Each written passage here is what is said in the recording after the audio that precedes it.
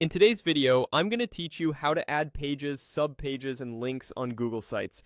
Start by opening your browser and heading to the Google Sites homepage.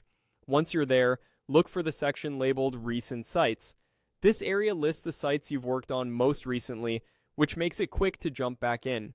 Click the site you want to edit to open the site editor. Inside the editor, you'll see a sidebar on the right with tabs for Insert, Pages, and Themes. Switch to the Pages tab. This is where you manage your site's navigation and structure. To create a new page, use the New Page button at the bottom of this panel. A small window will appear asking for the page name. Type a clear, concise title. This name becomes both the page title and the label in your navigation. Short, descriptive names work best. And don't worry, you can always rename it later if you change your mind.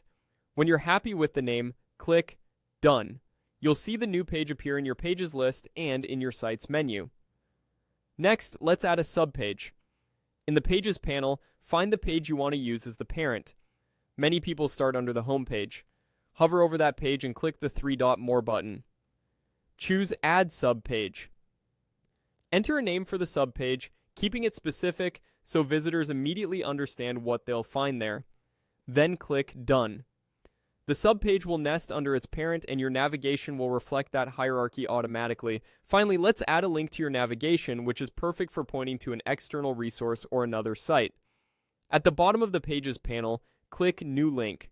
In the link field, paste or type the full web address, including the HTTPS part to avoid errors. In the name field, set the label you want visitors to see in the menu. Something clear and action-oriented works well. Click Done. Your link now appears alongside your pages in the navigation, and you can place it wherever it makes sense in your structure. That's all you need to add pages, create subpages, and include external links in Google Sites.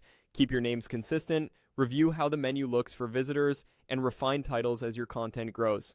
Thanks for watching, and happy building.